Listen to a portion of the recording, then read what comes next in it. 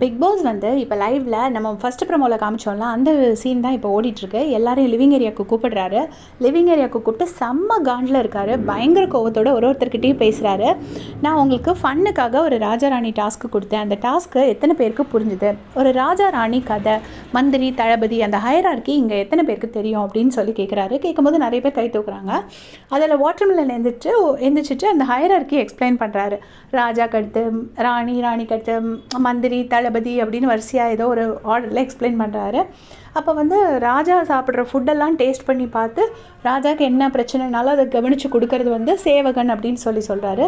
என்னது சேவகனா அப்படின்னு சொல்லிட்டு பிக் பாஸ் கேட்குறாரு. கேட்டுட்டு சரி ஓகே பரவாயில்ல, மேக்ஸிமம் கொஸ்டின்ஸ்க்கு கரெக்டாக தான் ஆன்சர் பண்ணியிருக்கீங்க அப்படின்னு சொல்லிட்டு அதுக்கப்புறமா சொல்கிறாரு, நீங்கள் என்ன நடக்குதுன்னே தெரியல. நிறைய பேர் வந்து பாதி பேர் கொஞ்ச நேரம் உங்கள் கேரக்டரில் இருக்கீங்க, கொஞ்ச நேரம் வந்து ஆஃப் கேரக்டர் போயிடுறீங்க. நீங்கள் எப்போ வந்து கேரக்டரில் இருக்கீங்க, எப்போ ஆஃப் கேரக்டர் போகிறீங்கன்னே எனக்கு தெரிய மாட்டேங்குது அப்படின்னு சொல்கிறாரு. எக்ஸாம்பிளுக்கு நேற்று கெமிக்கு ஒரு பிரச்சனை வந்தோடனே அவங்க டேரெக்டாக ராஜா கிட்டே போய் பேசுகிறாங்க. ஒரு சேவகிக்கு பிரச்சனை வந்தால் ஃபஸ்ட்டு வந்து அவங்க வந்து தளபதி கிட்ட சொல்லியிருக்கலாம், தளபதி அதை மந்திரி கிட்ட சொல்லியிருக்கணும், அப்படி தான் போயிருக்கணும். இங்கே என்னடானா அந்த மாதிரி ஒரு ஆர்டரே இல்லை அப்படின்னு சொல்கிறாரு.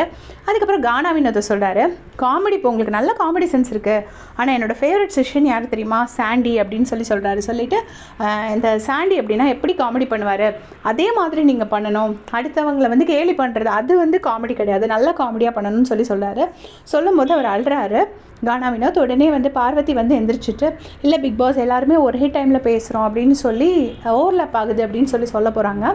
சொன்ன உடனே பிக் பாஸ் சொல்கிறாரு, இல்லை விட்டுருங்க, அவர் கொஞ்சம் அழட்டும், சில டைம் வந்து பிரேக் டவுன் ஆனால் தான் நல்ல விஷயங்கள் நடக்கும் அப்படின்னு சொல்கிறாரு. சொல்லிவிட்டு இனிமேல் உங்கள் கூட ஒரு குரலாக நானும் பேசி விளையாட போகிறேன், நானும் உங்கள் எல்லாருக்கூடயும் சேர்ந்து விளையாட போகிறேன் அப்படின்னு சொல்கிறாரு. எல்லோரும் செமையாக ஷாக் ஆகிறாங்க. எனக்கே இது ஃபஸ்ட் டைம் தான், இருந்தாலும் உங்களை எல்லாம் விளையாட வைக்கிறதுக்கு எனக்கு தெரியல, வேறு வழி இல்லை, நானும் என்னோடய குரலும் சேர்ந்து உங்கள் கூட இந்த கேமை விளையாட போகுது. ரொம்ப பேர் கஷ்டப்பட்டு நைட்டு ஃபுல்லாக முழிச்சிருந்து இந்த டாஸ்க்கு டிசைன் பண்ணி யார் யாருக்கு என்னென்ன கேரக்டர் கொடுத்தா நல்லா இருக்கும்னு யோசிச்சு தான் இதை கொடுத்துருக்கோம், ஆனால் நீங்கள் எதுவுமே பண்ணல அப்படின்னு சொல்கிறாரு.